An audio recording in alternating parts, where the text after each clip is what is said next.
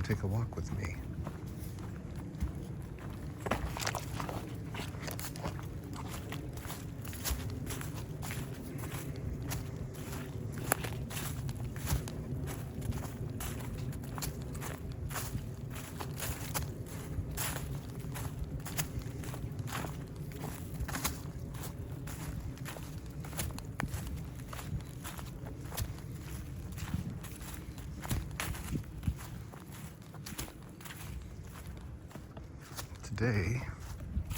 Hi, good morning. Today we're going to discuss the social credit system, what it is, how it affects your life as an American unbeknownst to you, and how it currently is being managed and run in China.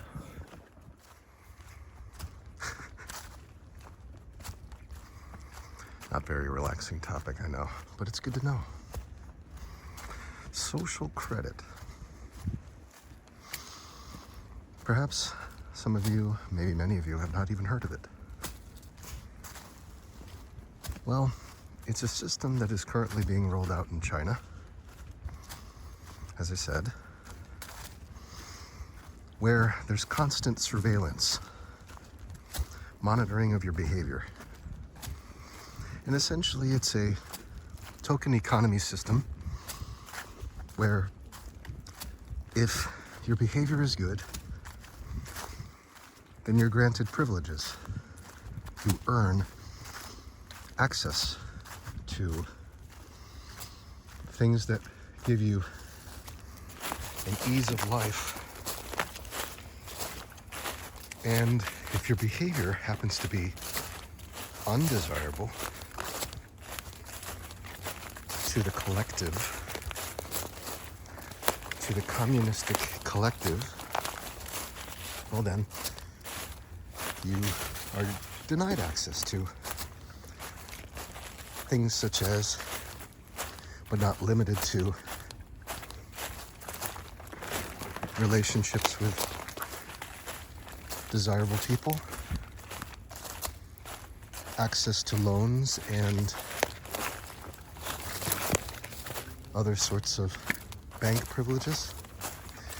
And if your behavior is really bad, if determined by the government, which is observing you without your consent, then you can even be denied access to your bank account. You can be denied access to certain areas of the bus or transport system.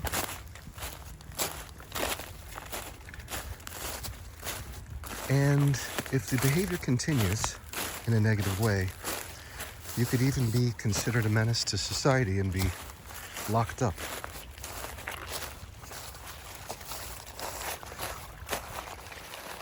Just without any notice, immediately detained and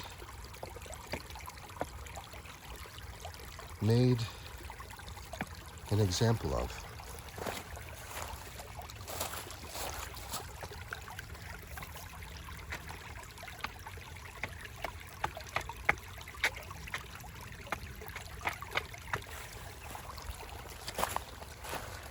Sounds pretty horrible, I know.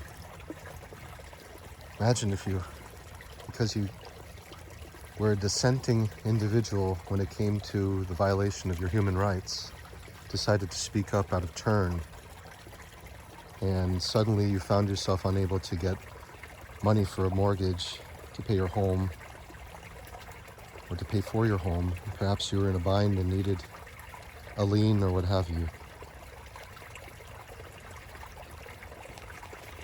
Imagine there was someone who you really loved and you were torn because you needed to say something that was not easy to hear. But all the same, it is part of who you are and how you identify. And so you say it, and now suddenly, because of your social credit score going down, you no longer have that relationship. he or she leaves you. Well, I'm setting an intention for the perfect relationship to come in the perfect way by God and God's grace. Let the message carry itself with a little assistance on this day as the boat travels, as it were. And off it goes. I see what could be. Is that a tiger's eye? Do you see it? It could be. Right there. That's a big quartz. Cool. Not a tiger's eye, but a quartz. Milky quartz. It's a good feeling stone. Come take a walk with me, as I said.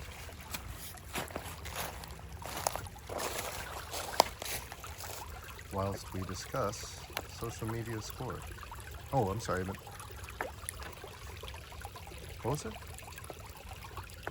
It's not the social media score. Oh, your social credit score. Right. Well, essentially, my slip there, although non-intentional, is very funny because think of yourself on The Real World from MTV back in the day. I'm dating myself, I know. But think about being on The Real World.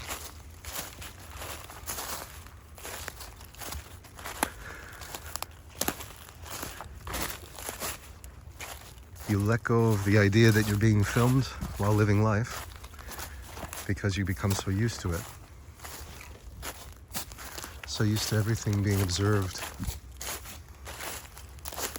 No privacy.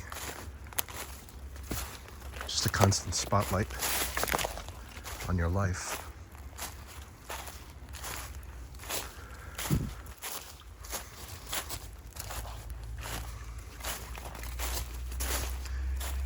Starts to not become so bad. Meanwhile, you have producers and cameramen and women who are invading your privacy because you signed some contract. At least MTV had people sign a contract to where you couldn't talk about this, nor argue with how they edit it and portray you.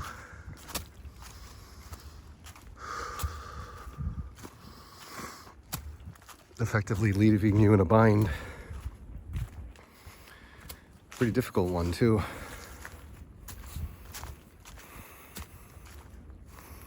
Well, in China, through the social credit score, you don't have a voice to consent or not. To say, yes, I agree to being filmed. And for example, that extends to the United States in many ways.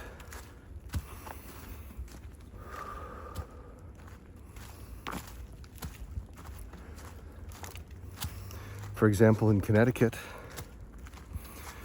it's called a single party state, which means if I want to record here in the woods, someone walking by, and I want to stick the camera, not in their face, but in such a way where I get all the clear detail of who they are, I can do that legally, without their consent, because we're on this path.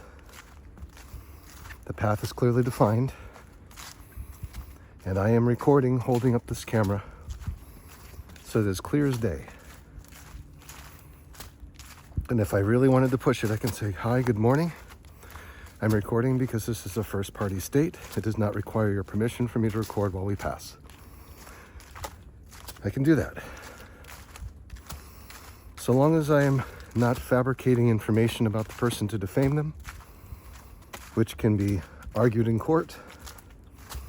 The bottom line is, I can record all I want. No one can stop me from recording.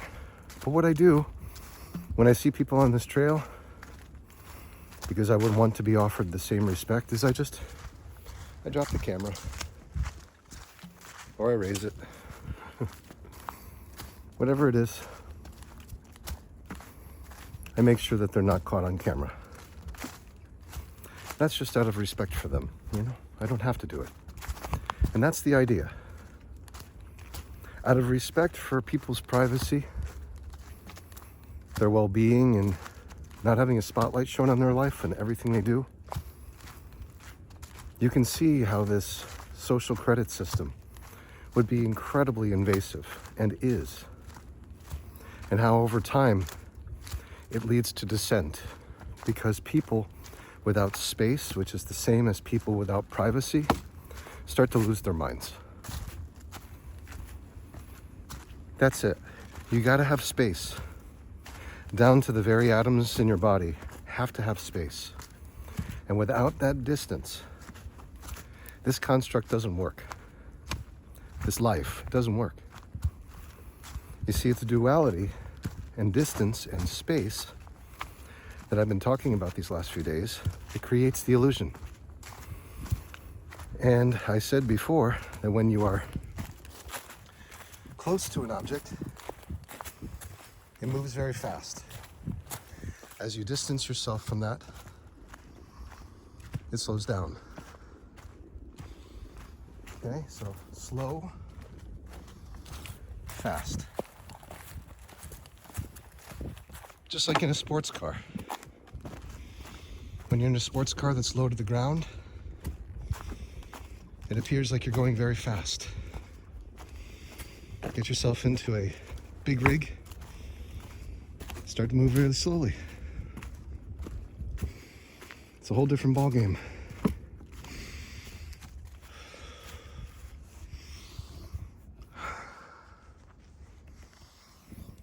Trucking this morning. Nitric oxide. Excess carbon dioxide from the mouth. Floral balance. That's how you recover. And you keep pushing. Your heart rate has a chance to go down a little bit. And you keep pushing. That's how it's done.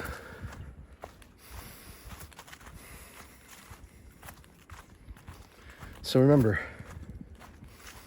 the closer you are to this idea that everyone's looking, everyone's watching, everyone is paying attention, observing, recording, judging without your consent, that's a pretty neat, nasty formula for people to lose their minds.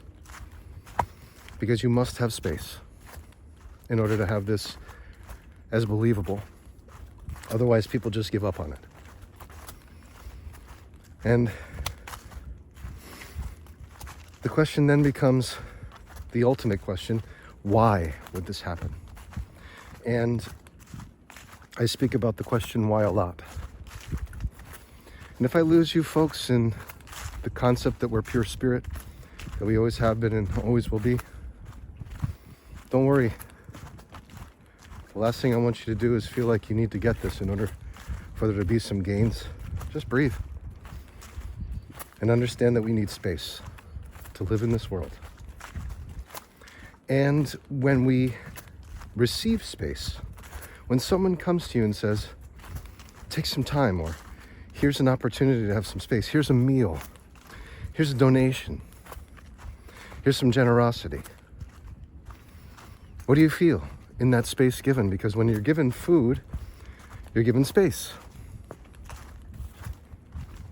Someone says, I have enough, you enjoy this, I'm good. That's space.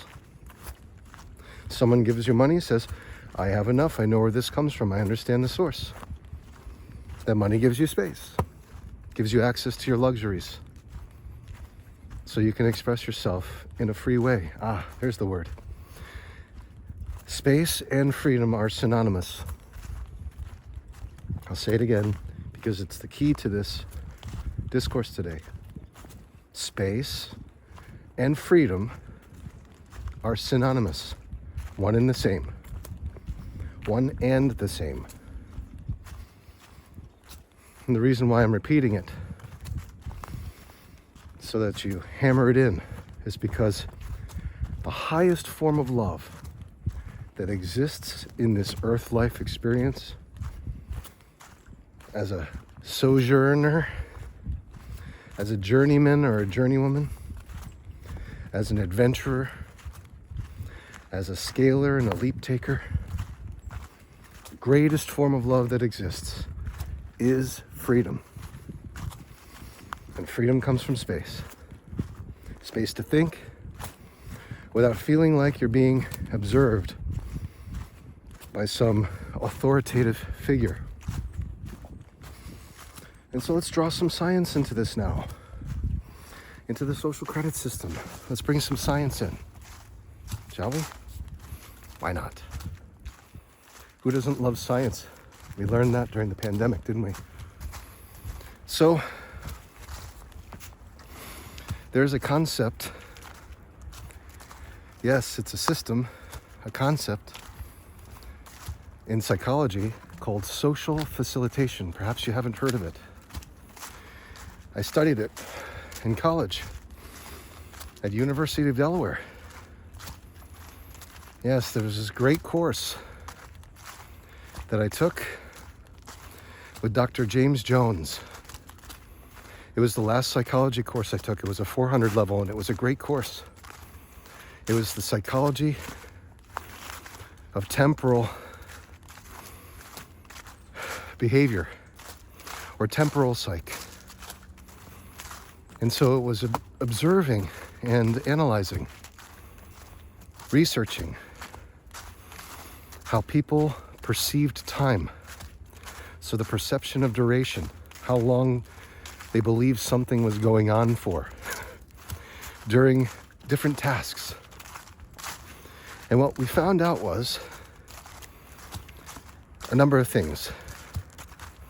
One, the perception and concept of time by country, state, town even, and even home, and even individual, varied vastly depending on the person's upbringing and the life system experiences they're having in that area. The perception of time dramatically varied. And this example was given by people who were living in Trinidad. And Dr. James Jones went to Trinidad and he studied the behavior, and he found it extremely frustrating in the beginning because he was a man who was used to the time of New York, which was very clock time oriented, which had to do with punctuality and being on time. And if you were 1 minute late, then you didn't get the deal. I mean, very brutal way to perceive time through clock time. And then he noticed in Trinidad that they weren't embracing this clock time. They were embracing something called event time, which was, you could say, I'll see you later. And to a person from Trinidad, that can mean I'll see you in 3 days. No harm, no foul. They likely wouldn't see you until then. But if someone said, I'll see you tomorrow, it could be at any time. Like the cable companies say to you. It'll be between the hours of 7 a.m. and 8 p.m. That's event time, disguised by clock time. But the clock time really doesn't exist, because your day is lost if you're waiting. So you might as well not wait. And all of this is to point out something with social facilitation. If you feel that you are being observed by an authoritative figure. And it's arguable that even just a regular standby, bystander, that's the word. If a regular bystander were just watching you, it would have the same type of effect, but just not as significant in an analysis of variance, okay? In an ANOVA study or a correlation study, the P scores and the T scores, for all those psychologists who are like, does this guy really know what he's talking about when he talks about social facilitation and social credit score? And I don't know. Some of it rings home, but yeah. So let's get some sunshine, shall we? So it's cool enough in the temporal psychology course that you would see that people's perception of duration, either mattering or not, depended a lot on location and cultural influence. So I'll see you later could be a few days. But if you say that to someone in New York, what are they going to expect? Well, what time? Because I've got an appointment at 3 and I've got a meeting at 4 and then I have to zip right back to the office. I got to make the train in time. And if I can't get a taxi from there, then it's likely we won't see each other until 6 o'clock. I mean, is that going to work for you?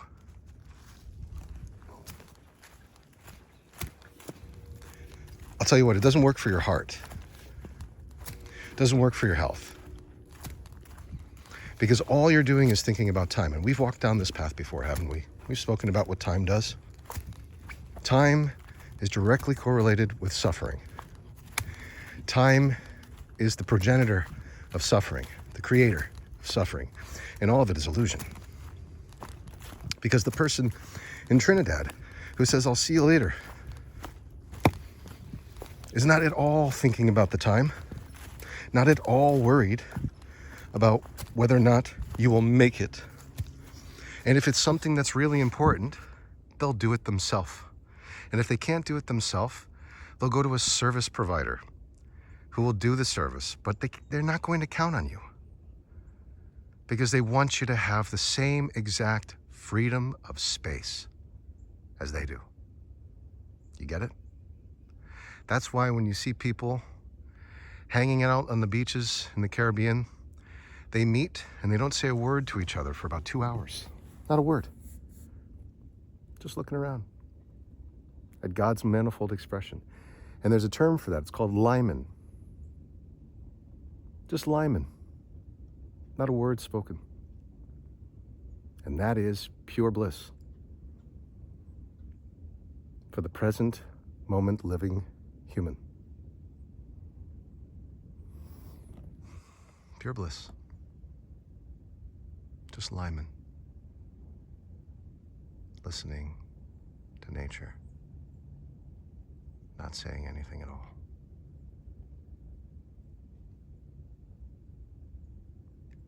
And this pause of time for a New Yorker is nail-biting, excruciating, pain-inducing even. Because there cannot be any present moment living, because the present moment to a person who is absorbed by clock time is death. Until, yes, there is salvation from this, even for the New Yorker. Until you find such an activity that makes you feel so good and so joyful and so fulfilled that you have no choice but to forget about time entirely until your alarm goes off and until your friend comes in and says, oh my gosh, I didn't see what time it was. We have to go. And on to the next race. But in those moments of total absorption, you were in blissful contact with the divine creator within. And you forgot about time because time no longer existed, because time is an illusion. Time doesn't fly when you're having fun. I say this all the time now. It simply doesn't exist when you're having fun because it's never meant to exist. In the Golden Age, since we're in the week of Saturnalia now, which is essentially Christmas, it is. Christmas comes from Saturnalia. It was a celebration of harvest and the coming of spring in the winter. It was to celebrate the cultivators and the farmers of this planet, because they were once, at one point, revered as the most important and special individuals on the planet. Think about how much farming had an impact on everything. And so, as we celebrate this, and we live in this joyous spirit of celebration as equals, not as superior to each other in any way, or inferior, you come to understand that that week of Saturnalia was just pure joy. I'm sure it flew by, because it really didn't exist. Time, it didn't exist. Yet, how interesting that it was a celebration of Saturn. Saturn, who is the god of harvest, but also stemming from Kronos, the Titan in charge of time. Very interesting to me that the god of time was here to teach you that time is an illusion. How wild is that? That sounds very quantum-esque. It's everything and nothing at the same time. The god of time is here to teach you that time is an illusion. But when do we create time? This is where we get into the goodies. Why and when? Well, if time flies when you're having fun, which is to say, if time disappears when you're enjoying yourself, when you're lost in an activity that you love so much, if time just goes away, then what happens to time when you're doing what you would label and perceive as an undesirable task, where you are confined to do it and you have no choice but to plow through? What happens to time then? And I can tell you what happened to me.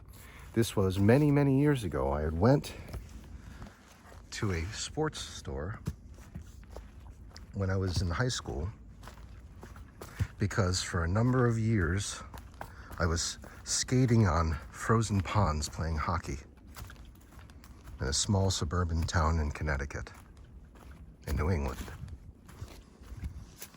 I would be skating on the ice, learning how to play hockey, and I thought I had some pretty good skill. Enough to ask my mother if she would please take me to the sports store to get all the equipment to try out for the hockey team at my high school. And I went out, and my mom paid an egregious amount of money to get all this equipment, from the shin pads to the pants and all the jersey, everything. And by the time I got to tryouts, I realized that I had bought the wrong color. Whatever it was, one part needed to be red, the other part needed to be black, and I did it in reverse. And I felt so embarrassed, because everyone was in uniform, and I knew I had to take these pants back if I made the team, get them exchanged. I wasn't sure if that would happen, because it's clothing in a way. And that was just the beginning of my worries. Once I realized that we had to do sprints on skates, nonstop, which I had never done on the frozen pond, all the while looking at the clock on the right-hand side, I remember, and then on the left-hand side, I remember sprinting back and forth, back and forth. First person leans over, must have had too big of a lunch, throws up all over the place. And the penalty box just filled with puke. And now they start going like in Stand By Me, in perfect order, throwing up from the exhaustion. And I don't throw up, but I do see the clock. And I couldn't believe how slow the minutes were ticking. It was as if there was some magic spell that was keeping it in place And the reason for this has to do directly with social facilitation. When you are observed by an authoritative figure, which in this case was the coach and all of his assistants, where I already came in embarrassed because I had no idea what to expect, thinking I did, but I really didn't, wearing the wrong colors. By the time everything was said and done with tryouts, the coach pulled me aside and said, listen, man, we're going to have to let you go. You just don't have it. And the feeling in my heart was this terrible sinking feeling of rejection. And on the bus, on the way back, I was just crying. And what's really wild is that people felt for it. They felt for me. But one in particular more than the rest. And I'll never forget him. His name was Nate. Nate Cashman. This big senior. I must have been a sophomore at the time, maybe even a freshman. No, probably a sophomore. This big guy, even a grade ahead of my brother, comes up to me. And I remember his brother was much shorter, hadn't gone into his growth spurt yet. And I was friends with him because he was in my grade. But his big brother comes by and sits down right next to me. I'll never forget it. He puts his arm around me and he says, what happened to you wasn't right. Just want you to know. It wasn't right. And I felt my heart fill again. I cried even more.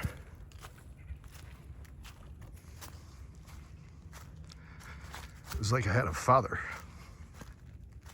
right there with me, letting me down easy.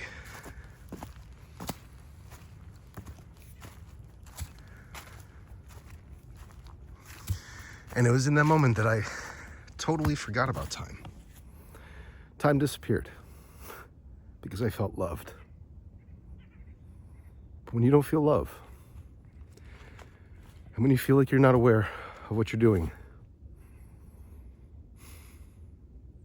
when you feel lost, inexperienced in your leap of faith, time slows down to this crawl that you never want to be around it again. You would wish that it would be gone forever. You would.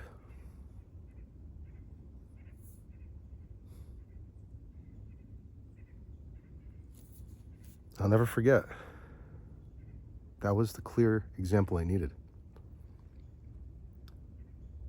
So this carried with me all the way into college, my senior year, temporal psychology. And I'm doing this experiment that is bold. I make a hypothesis, a thesis. I say to Dr. Jones, Dr. Jones, I believe that my mere presence as an authoritative figure, whilst randomly choosing and walking up to students on campus and presenting them with tasks, some very easy, others extremely challenging, will have a direct effect on their perception of duration, time. And he said, well, you got to get consent from every single student. And you need at least 250 subjects. So, and you got a week. And so I went to it. I went to the library and I printed out what I believe to be simple math problems. Grabbed them off the internet.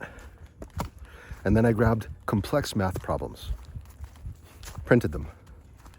Then I grabbed simple English statements. True, false kind of things. Multiple choice. Easy. Easy spelling. Things like that. And then I grabbed really tough stuff. Complex reading comprehension. Write out the answer.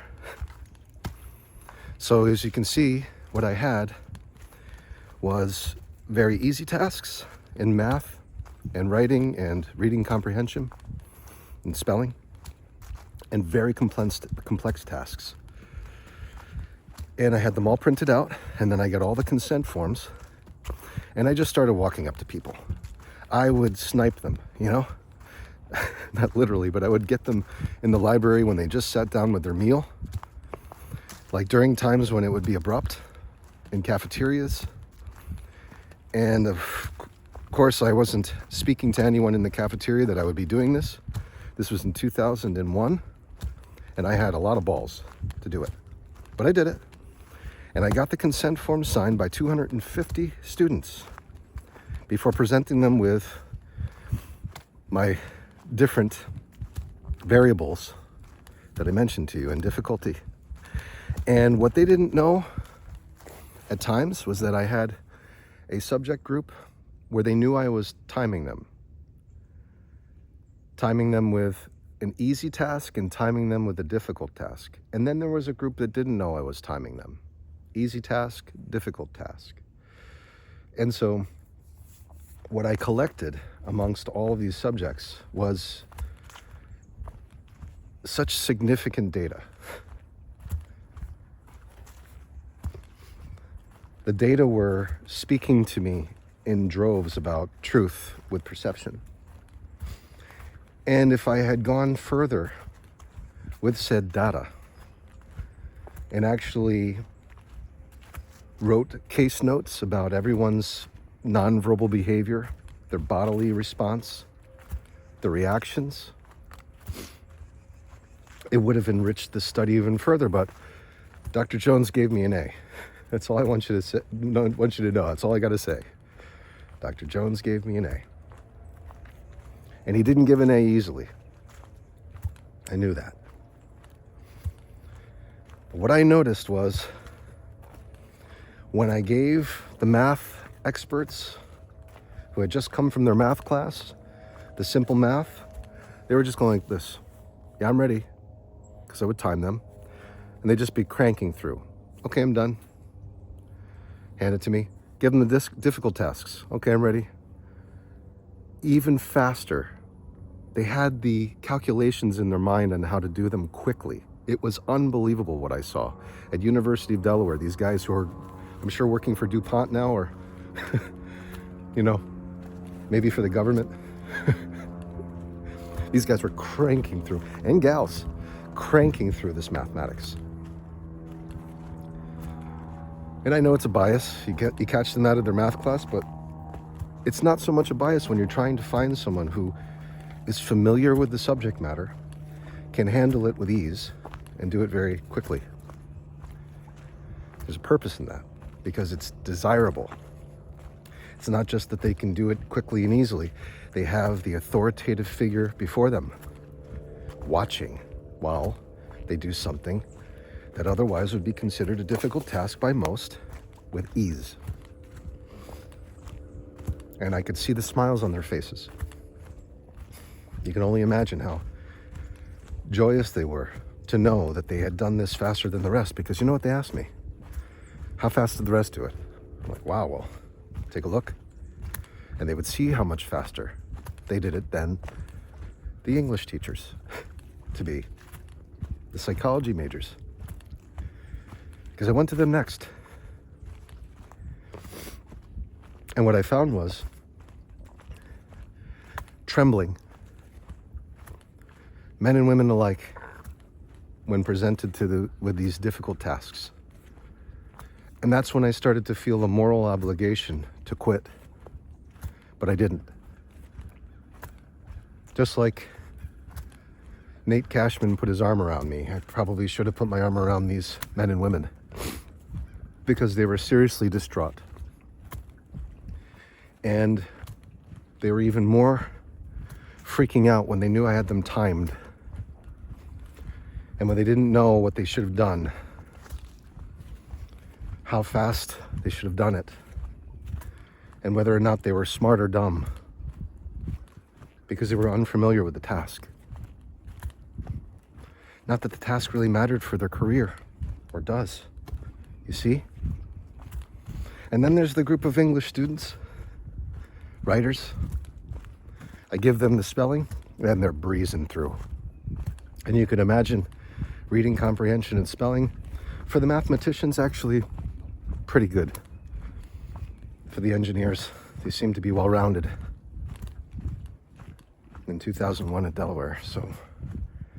But the English teachers would breeze through. It wasn't until you presented them with the math that they would freak out. And you could see the contrast. So I recorded all this data. I presented my findings, and there was significance found. The mere presence of an individual, when presented with a desirable, familiar task, seems to speed up. So your perception of duration for someone, in other words, disappears when they are engaged in an activity they enjoy and or are familiar with. It leads to a completion of the task with joy. Time flies when you're having fun. And the observation of their body and their nonverbal behavior was that they were at ease and actually enjoying the challenge, the task, so that they could show how proficient they were in completing it. There was some joy in that, in the performance, because that's all it was. It was a performance of muscle memory, like someone playing at a classical concert, like a conductor, anyone involved in music with proficiency. It's a performance. Anyone who's practiced their lines enough in theater, it's a performance. Anyone on stage who's played to this crowd a million times, who otherwise would be freaked out if they were playing in front of so many people, in complete and total bliss, blissful joy. There might be some anxiety leading up to the instance, but while it's happening, something takes over. The familiarity with the task, the proficiency, the skill, the mastery takes over. And when you add that authoritative presence, it seems to have an enhancement effect on what you're doing, which is really wild. The final variable I haven't told you about was there was a time when I would leave the task, desirable or not, with these students and leave. Oh, excuse me, I have to go check on something. You know, whatever it was. Whatever the excuse was. Meanwhile, the timer's running. I come back, and those who have been doing the desirable task have been done. And it's as if when the task is over, they would much rather be doing something other than waiting for me to return. So the perception of duration in that time, having to wait,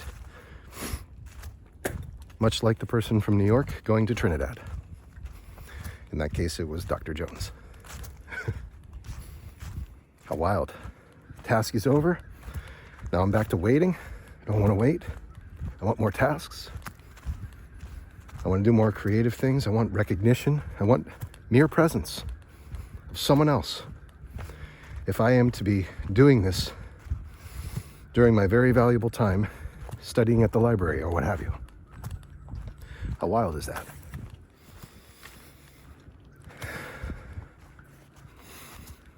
And that's what students are thinking all the time. If you're not doing something that moves you forward, then you're wasting your time. You're making time, first of all, and you're also wasting it. That's a double-edged sword. Actually, let's just call it a single-edged sword that just cuts on all angles. Cuts deep. You're happy doing tasks that you're familiar with because you're indoctrinated. But the moment that that task ends, you're waiting. And there's a transition that's very uncomfortable. Because one does not know how to be still in the present moment. To see the dissolving of time. Knowing that this happens not when you're just doing what you love. It happens when you're present. When you become present.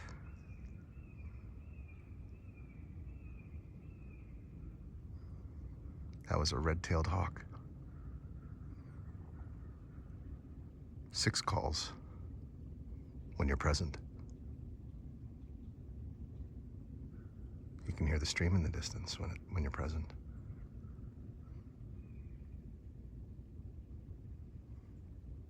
Commercial flight ahead, going into the deep distance when you're present. Sound of crows and red-tailed hawks.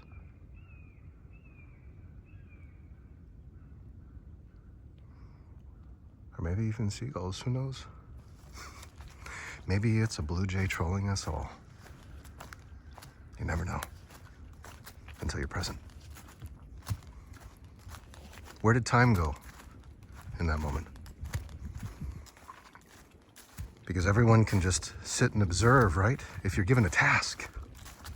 The task was, see what you can hear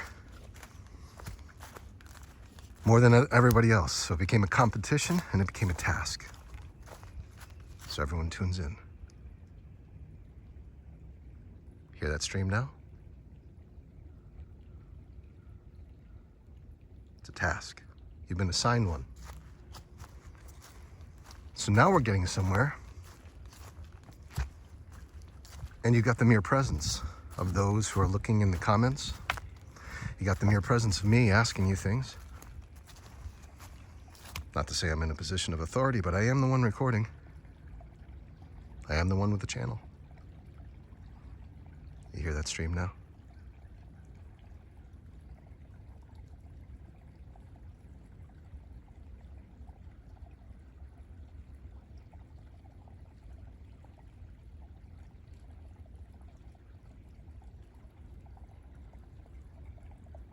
Easy enough to do, right?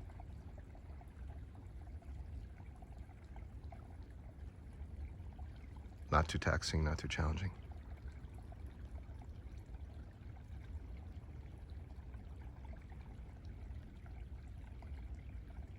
Does it have to be anything? Does it have to be defined? Does it have to be labeled? Does there have to be a task? Now we're getting somewhere.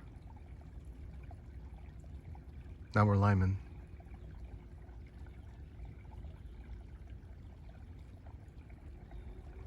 And your body thanks you in numerous ways that you can't even see right now. The clock time world is a world of suffering. You're either doing something that you love and time disappears, then you're presented with time again and you suffer. Or you're presented with a task that is completely challenging and debilitating, and every single second is agony. And even more so when you're being observed by an authoritative figure. Hence, when you know you're always being watched by someone who you haven't consented to watching you, and not a single moment of that will ever be revealed to you until your score arrives, and you see it, and you feel let down, you have to ask yourself, is that really fair? I mean, who's really observing me? Who's the one that's deciding the algorithms that give me the good or the bad? And have they really seen everything that I've done? Everything I've been through?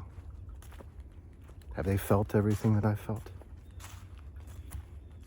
Have they been there for every thought I ever decided to entertain? And the answer is anything outside of you resoundingly says no. And if they were to say yes, then you truly live in an Orwellian 1984 situation where you have been brainwashed into thinking only that which is fed to you. And what's fed to you is bland and vanilla, has nothing to do with life, has nothing to do with freedom. Nothing at all.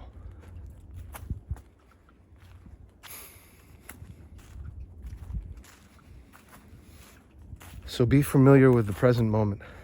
That's what I say. Become familiar with presence so that you know time has disappeared. And once you become skilled in being present, the world opens up and starts to reveal to you the things that are of importance, or should have been, from the get-go. Space. The final frontier. Freedom.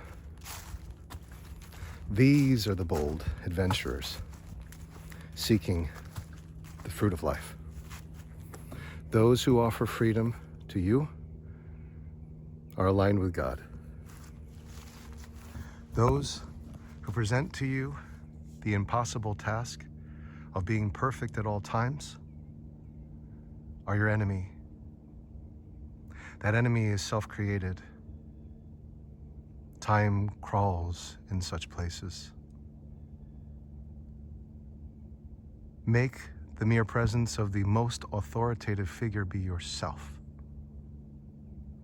so that the opinions of those outside of you do not matter, so that my opinion doesn't matter. Only yours, in alignment with this source that gives you life. I refer to it as God. Others call God different things. Some call God nothing, but it's an incomplete definition. And we discussed this yesterday. God is everything and nothing at the same time. Infinite, yet cannot be defined in this way either. Doing God a disservice in trying to define him, by even saying him, it sets some people off. You see, no sense in talking about that which is infinite as a finite human being. The best I can do is show you corners that lead to the place that delivers your salvation. I can't show you the salvation itself because I don't know. Because I am humble enough to say I don't know what you're thinking. I don't know what you're entertaining. I don't know what you're feeling. And I certainly haven't been there for every life experience you've had. To be in such a authoritative position to judge you, nor would I ever want to be, nor could I ever be. But there are countries that do believe this, and they are about to experience suffering. And you know why. You know why they're going to experience suffering. Because it's a boomerang.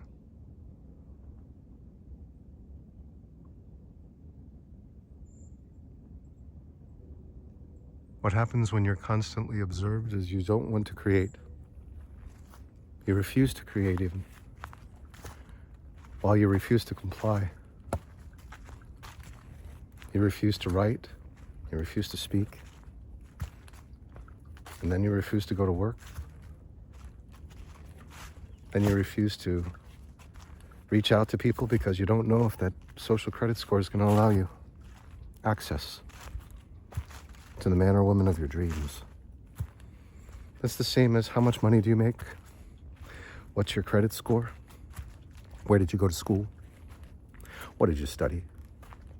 What are your political leanings? What religion do you believe in? When you work out, how hard do you go? How much can you lift? How much do you make per hour? What are your parents like? This is your social credit score. And we saw extreme versions of this in the series Black Mirror. It's used beautifully in one of the episodes.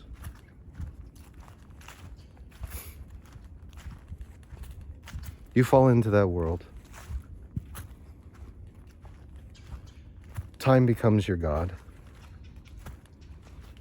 And Saturn is there during this week of Saturnalia, where everyone is supposed to see themselves as equal, and that they could manifest whatever they desired just by thinking it, starts to scratch his head and say, no, no, no, you've got it all wrong.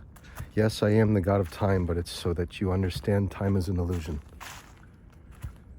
and that it leads to suffering and fear. and that my true purpose in being here is for you to see beyond that illusion and to replace fear with love. First, loving yourself and filling that cup, allowing it to spill over into the cups of all those whom you care for, so that they can also see that their cup is full and is filled and maintained by a source within them rather than what they receive from the outside. Maybe the first few glasses, the first few fills, maybe the first 100, maybe the first 1,000 or million or billion fills, you'll see as this is someone doing it for me. Until you realize you've been doing it for yourself at a distance, for the freedom it gives,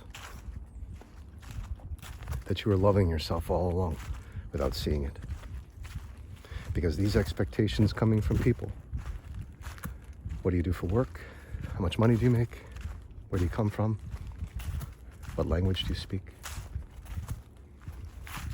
Political leanings? Who did you vote for?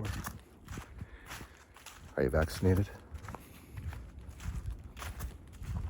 Seem to take more precedence and importance in the decision-making process as to whether or not someone is to affiliate themselves with you. And that is the person to avoid like the plague. Not to create distance between us, but simply because you will not hammer anything through a thick skull like that. No matter how beautifully enlightened you may seem, you have lost them.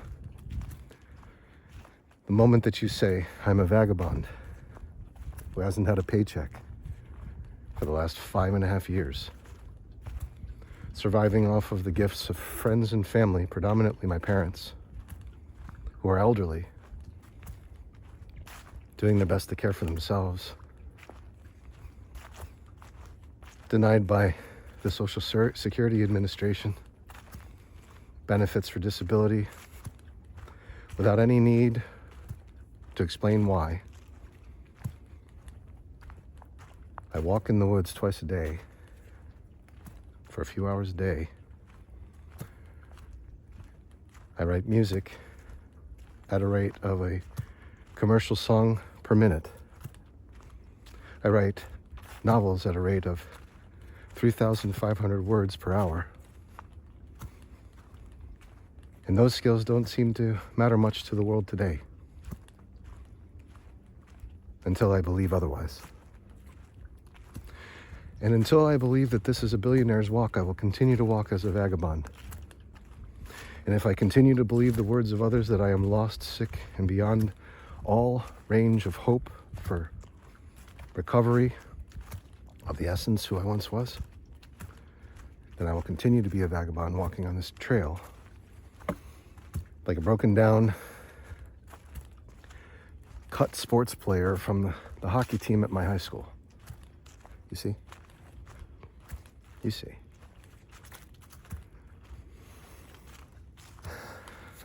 Thank God I don't see that. Otherwise, I wouldn't walk this trail again, would I? It'd be too painful. It'd be too hard. Too difficult to confront and face every day. That's why a moment comes when the mere presence of others and their opinions and their time constraints and their judgments and labels simply don't take precedence in your life anymore. What does is the presence that is offered to you always by God. I am rich. Have you tried that? Have you tried being bathed by the sun in the forest? Forest bathing is a thing in Japan. Did you know that? Because this is the temple of Christ, expressed in perfection. Always. No exception. Have you tried it? Have you gotten close enough to the stream to see how it works? Have you? Because some areas, there's not much movement at all. Very little. But then as you explore further in your presence, you see the space narrows, forms into channels, and you watch those channels flow with more speed. Because even the water knows it needs space. It wants it. It's intelligent enough to want it. So when it's confined in a space like this, it moves fast because it wants to be free. Yeah, of course, we can look at the incline and the declines, but it wants to go through fast. Doesn't want to be stuck there. And then there are moments when it has lots of space. Forms into pools. And what forms there? Life. Life forms there.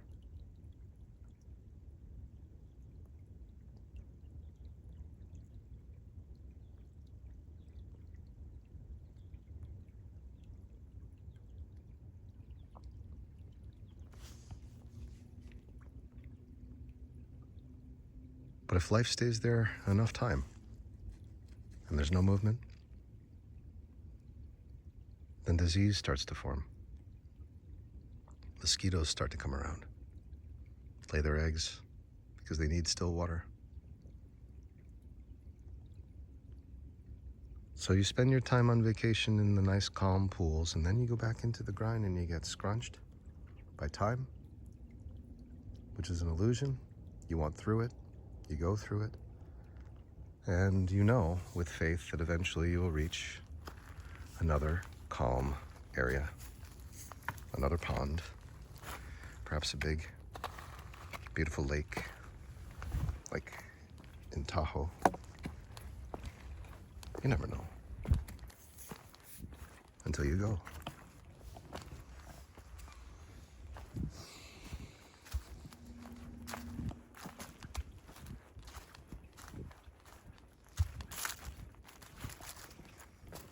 So we're talking about mere presence, social facilitation. Being observed while carrying out an unfamiliar task leads to a slowing of duration and a perceived agony in the body. So the idea here is become familiar with everything. How do you do that? I whispered that like Joe Biden. Become familiar with everything so that it gives you salvation. How do you do that? Well, haste makes waste, doesn't it? So when time slows down during an undesirable task, lean in. Lean in. While everyone's saying, hurry up, go, go, go. Breathe. And lean in even more. And when people are saying, you gotta take a step forward, what are you doing today? You gotta make this work. Don't you realize how much we've done for you? It's just your past. How much we have done for you. How much is being done for you in that moment? Don't label it. Just be thankful to the Lord that you have prescription for your salvation coming from you just by being present, just by observing. And you'll come back to this and you'll listen to this. And the first time it will be blurry. It'll be nonsensical. You'll have all sorts of labels and definitions in your mind as far as what you're seeing and hearing. Next time, it'll start playing on YouTube while you're asleep. And you won't have any of that ego in the way, leaching into your life experience, as it were. And so, in that moment of deep sleep, these words which are the words of God, not because they come from William, but because he's out of the way, they start to sink in. Because you'll be out of the way too, as they start to sink in. You'll be out of the way. And you'll wake in the morning wondering how it is that for the first time you can hear the birds. That for the first time you hear the screeching, thumping noises of the garbage truck. And that you actually notice the people who are lifting out the garbage for the first time.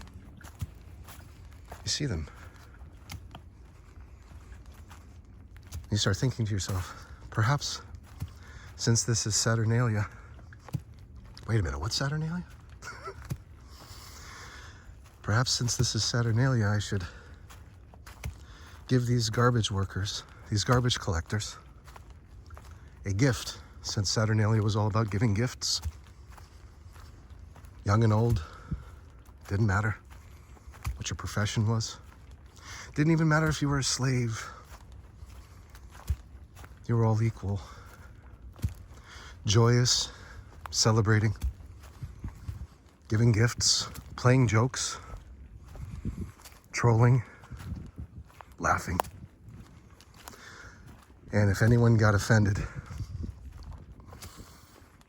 there was a master of folly who would come and just remind you of the rules, that we once were golden, wish-fulfilled human beings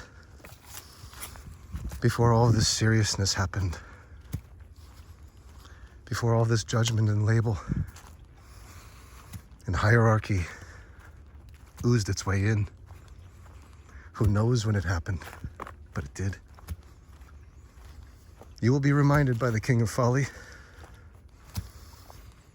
during that week, this week, that you gotta lighten up.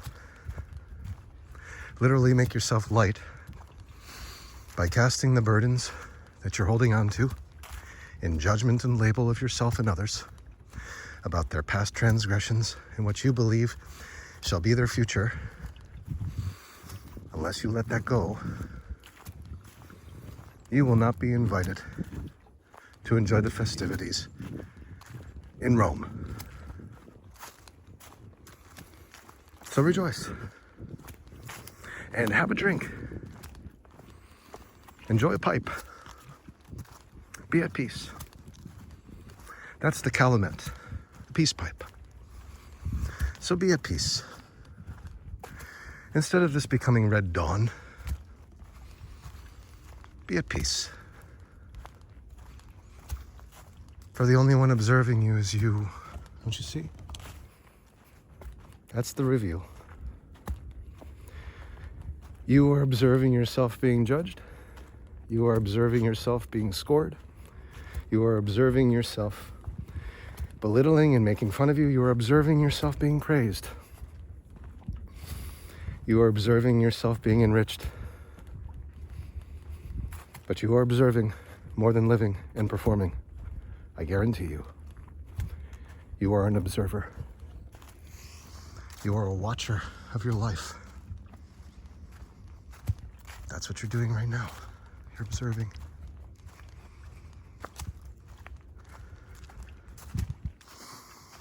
Be reminded of your truth. You are a watcher of your aliveness. This is the great reveal. For those who stuck around for an hour and 9 minutes, you got it. You made it. You got the secret now. I observe. Try it. Try it. Try it. When times are impossible, when it seems that the barriers are all encompassing, when the prickers are sticking into your leg, observe and lean in. Feel it.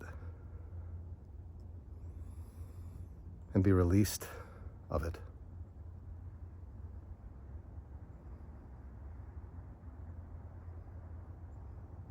Be at peace. For I know you got places to be, people to see, money to earn,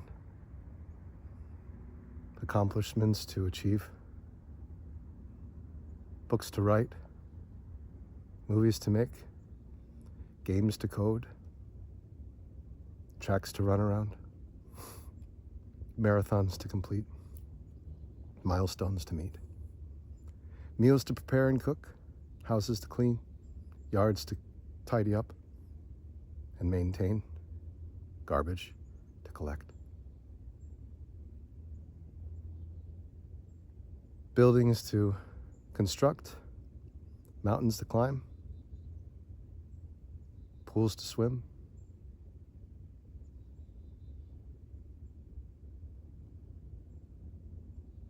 classes to teach.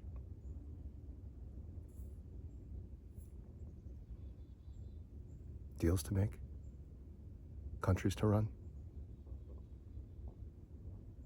worlds to clean up, gardens to tend to. You got all these things to do until you're present with them. Then you won't be making them into tasks. The tasks will eliminate time for you and become joy. So joy is being involved in a desirable task to the point where time disappears. That's joy. If it were to be categorized, it is the now. No cost in the woods. Joy. Joy in the stillness. We be Lyman. Yes, we be Lyman.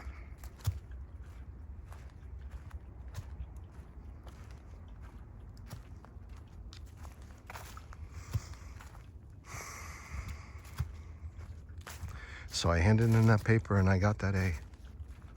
Social facilitation and the perception of duration during desired and undesirable tasks, either in the presence of an authoritative figure or a not. Got an A. And it was the last paper that I did before graduating from college and heading off to the Electronic Entertainment Expo, or E3, to enjoy the life as a journalist in video games.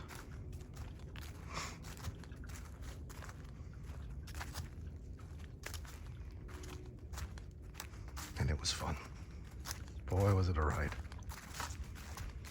Those were the golden years of the gaming industry. While print publications were still around, those were the golden years. Not anymore. The golden years of the gaming industry is long gone, folks. No more sending folks on press junkets, vacations, in truth, made out to be press events. Everyone partying and celebrating like it's Saturnalia. Those days are long gone. Not to say they couldn't exist again. It just would have to be different, you know? It'd have to be a different game.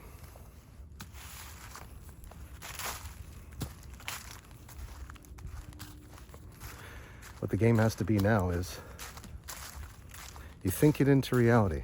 You prompt it into an artificially intelligent agent, and it produces for you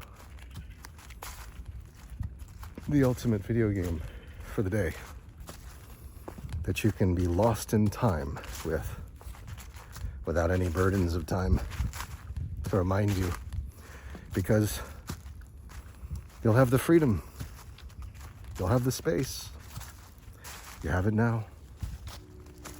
Just go there and be.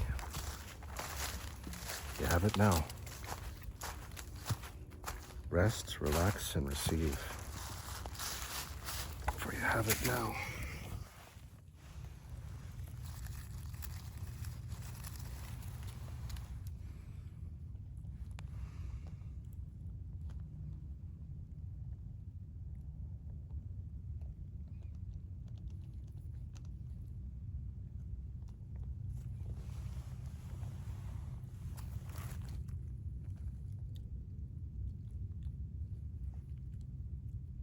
You just gotta play. Play with the angles until the sparkles appear, you know? Until it falls into focus. Either you do or it does. Sometimes it comes out, goes back in. You never know.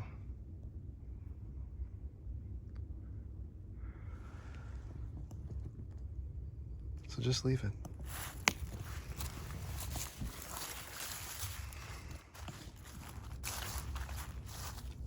You know how to leave things, right? When they don't work out. You want something to work out, but it's not. You leave it. Because it's a door closing and another one's opening. Something isn't in focus, you try to force it. It gets worse. You see the sparkles, but the rest of the world doesn't. You want that recognition. You feel worse. The only one to get your point across. You want people to get it. They don't. You feel worse. Where are your expectations then? In the stone? In its luster? In the camera? In its aperture? In its function? Or lack thereof? How about is the expectation in the group, the collective of people watching, how they respond? Whether they like, comment, or subscribe. If your expectations fall into that camp of the outside world, then you are in time and you are suffering. So just let it go. If you're not enjoying it, it's because you have prioritized time through some sort of label. You either decided that you're unfamiliar with something and thus you want to give up, or you have decided that the mere presence of someone while trying to learn is too much, and you've decidedly given up instead of leaning in and breathing.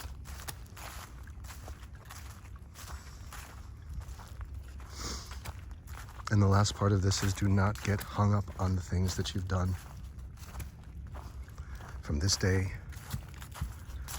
moving back to the past, as deep as you can remember your most painful experiences, do not be hung up on your past. You will only find suffering there. It's so alluring, but you will only find suffering in time. Same goes with the future. If you don't go right now and make it on time, then X, Y, and Z will happen. That is suffering.